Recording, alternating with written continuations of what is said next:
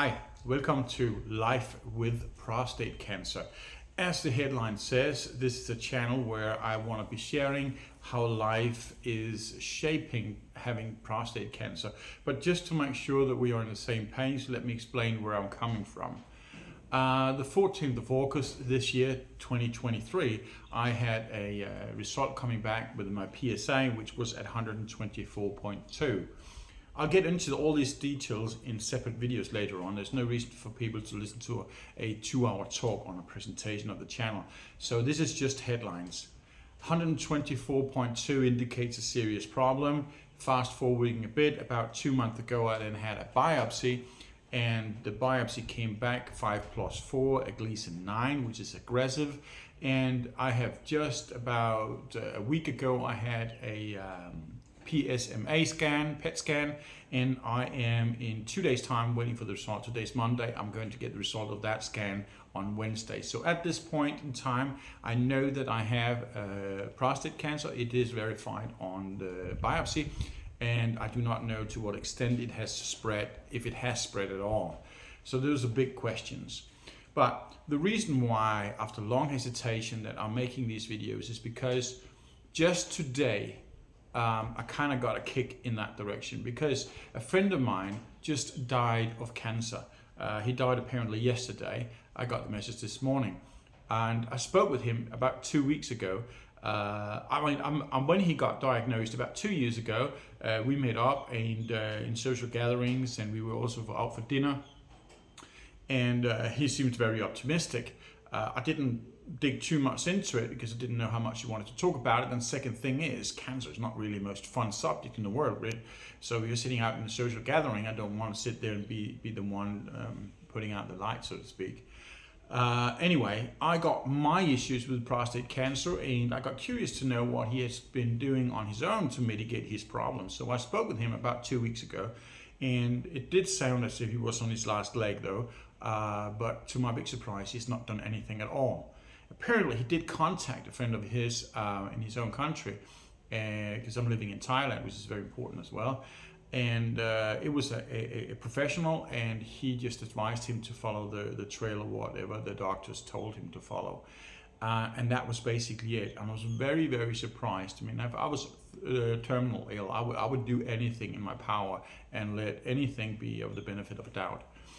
Anyway, so this is why I'm starting this channel, because I realized that yes, I might not be interested in getting a lot of backlash for being a bit alternative in my way of thinking, but at the same time, there are people out there that might be like-minded, that might be in the same situation as I am, and to find those like-minded, it is a bit of a daunting task if you don't do things like this. So I'm hoping this, in one hand, can be a help for other people who are in the same situation, but I also hope by feedback, by comments in the thread, that we can share and exchange information, because it's a huge topic, really huge topic.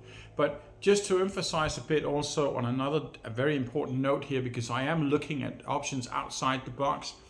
I do not hate the medical industry. I'm not one of those anti-vaxxers that says that they do only bad things. I think that it is a huge credit to the medical industry that we today are in average living as long as we do. And I'm using these phrasing very carefully, because I consider the medical industry like being tugboats on big oceans, and we are the captains of our own supertanker, the bodies being the supertanker.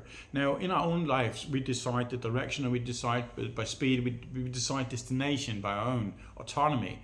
But if we are not educated, if we're not conscious about what choice we make on the helm of this supertanker, we might eventually end up in a bad direction. We might end up in a collision course at worst case.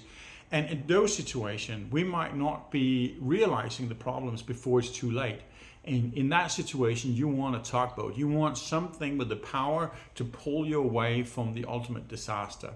And that's where the medical industry really shines. If there's something they're really good at my humble opinion, it is to keep you alive. That's what they're good at. And that makes sense, because if you look at the medical industry, it is just like any other business. They don't, unless it is a funeral home, I suppose, They don't make money of you dying. They don't make money of you being healthy. They make money on people being unhealthy. So when you're in that collision course, what you got to keep in mind, as far as I'm concerned, it is that they might save you from that very immediate threat that you have brought yourself into, but they are not necessarily pulling you in the right direction. What they do is they make sure that you do not collide with huge consequences, but they might be pulling you in a random direction. They might even, in a certain sense, or pull you in a wrong direction, which makes sure that you continue being a customer in the tugboat industry.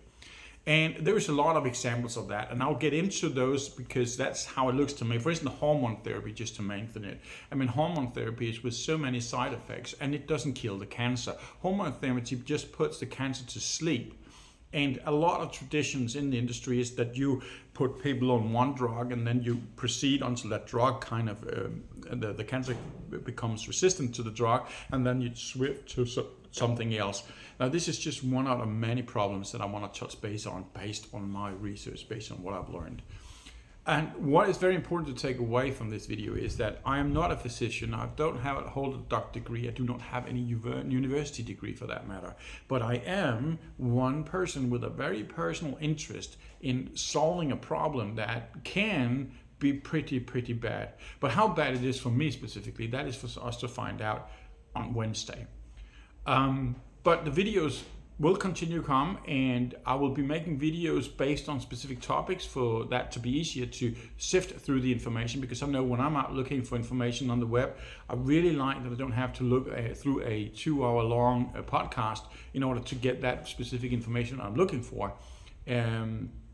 So that's basically how I'm going to do it. And I'm also going to do it low-key like this. I'm going to do it with my phone because I know that's the only way I can guarantee that something will be uploaded on a regular basis, because I have another YouTube channel and it just withers away because all the post-production work on that one is just not working. And this is not about the fancy clips and the fancy sound music.